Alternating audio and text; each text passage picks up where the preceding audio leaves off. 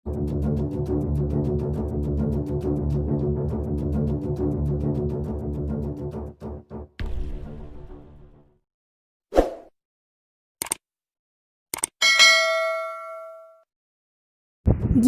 Cina tutup akses lalu lintas maritim Laut Cina Selatan.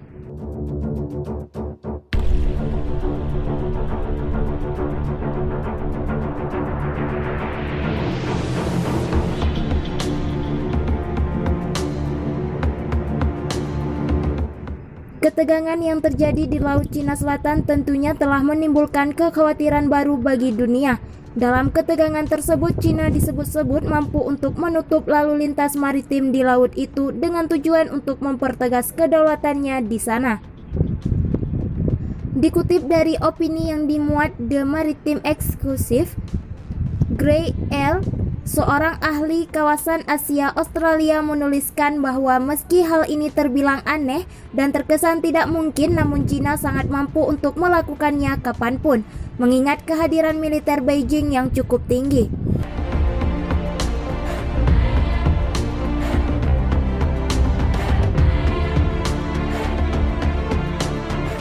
Kadang-kadang dikatakan bahwa Cina enggan mengganggu rute perdagangan Laut Cina Selatan karena sangat bergantung pada mereka untuk perdagangannya seperti negara lain.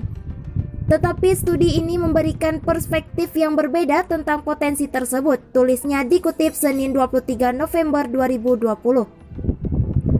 Ir mengatakan bahwa tujuan Cina melakukan hal tersebut adalah memberikan tekanan baru bagi negara-negara lain seperti Taiwan, Singapura, dan Vietnam yang tidak mengakui klaim Cina.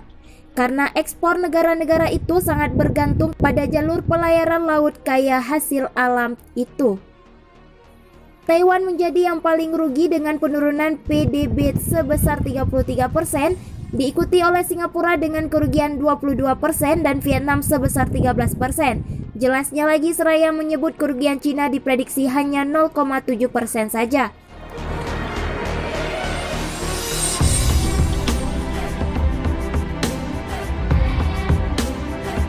Selain itu, meski perjanjian dagang regional Comprehensive Economic Partnership telah ditandatangani oleh beberapa negara climate states, termasuk Cina, Australia, dan negara-negara ASEAN, Ir mengklaim potensi penutupan ini masih mungkin dilakukan oleh Beijing, bahkan tanpa agresi militer yang kuat. Membuat ketegangan saja sudah akan mengganggu arus kapal di laut itu.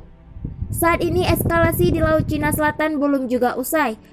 Aktivitas Cina yang masih agresif dengan pengerahan armada tempur besar-besaran serta undang-undang maritim baru membuat panas semua negara, tak terkecuali Amerika Serikat.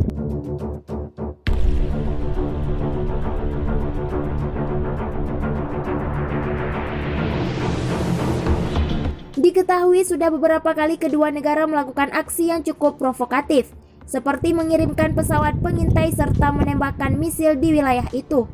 Dikutip dari The Diplomat, perdagangan dengan nilai 3,37 US dollar hingga 5,9 triliun melintasi LCS setiap tahun.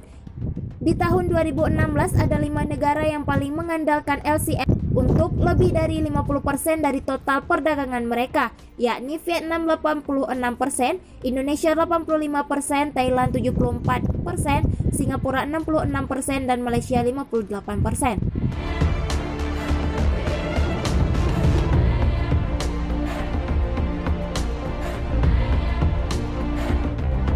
Sebelumnya hal senada juga sempat dikatakan, ujar Karim Kosar dan Benjamin Thomas dari University of Virginia melansir Trending EU yang mengutip Financial Times.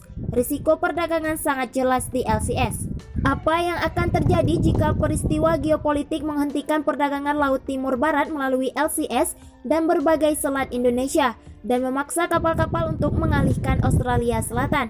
Jawabannya adalah kejutan yang besar namun beragam, katanya.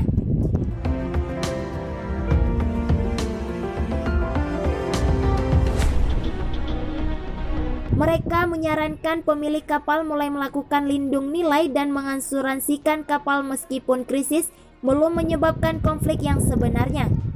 Bila blokir terjadi di rute itu, semua kapal yang mengangkut barang harus berlayar ke Australia Selatan.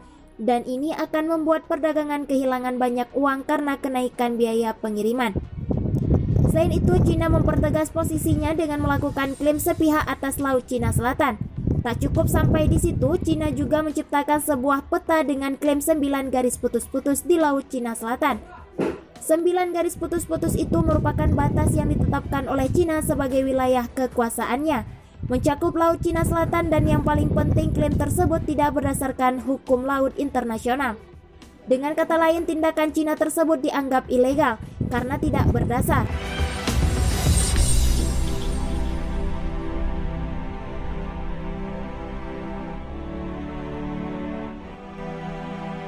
Selain itu, kabar angin juga mengatakan Cina juga berencana untuk mendekati Antartika karena mencium wilayah es tersebut memiliki sumber daya alam melimpah. Tak cukup sudah mengklaim Laut Cina Selatan, sebuah kabar terbaru mengatakan Cina ternyata juga punya rencana memiliterisasi bulan. Menurut Daily Express pada Sabtu 21 November 2020, Cina sedang mengembangkan senjata energi langsung untuk memiliterisasi bulan. JR Senior Fellow di International Assessment and Strategy Center mengatakan pada tahun 2023 Cina harus bisa membangun platform pertempuran laser berbasis ruang angkasa dengan berat 5 ton dan membawa 2,5 ton bahan bakar laser kimia.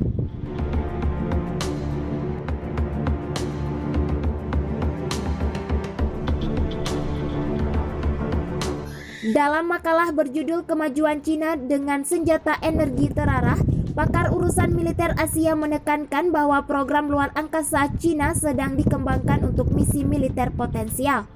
Akademisi tersebut berpendapat perlunya membangun infrastruktur pemerintah dan sektor swasta yang kuat untuk mencapai dan tetap tinggal. Hal itu dilakukan karena berpotensi membantu mencegah Cina dari militerisasi bulan. Mengacu pada pengembangan senjata energi terarah untuk ruang angkasa, Fisher mengatakan Cina mungkin sekarang memiliki program satelit tempur laser ruang aktif.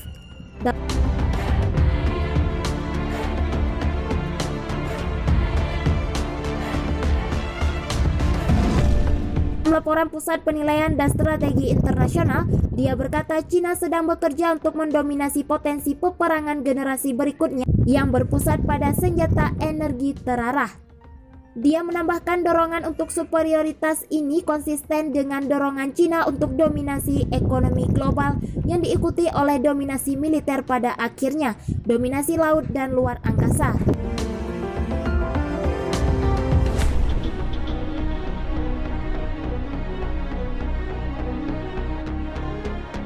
Amerika Serikat dapat bersaing dengan kemajuan Cina di bidang ini. Akademisi tersebut mengatakan Washington perlu mencurahkan sumber daya yang lebih besar untuk mengembangkan teknologi senjata energi dan mengeksploitasi potensi keuntungan koalisi militer sambil mencari keuntungan geostrategis yang diperlukan.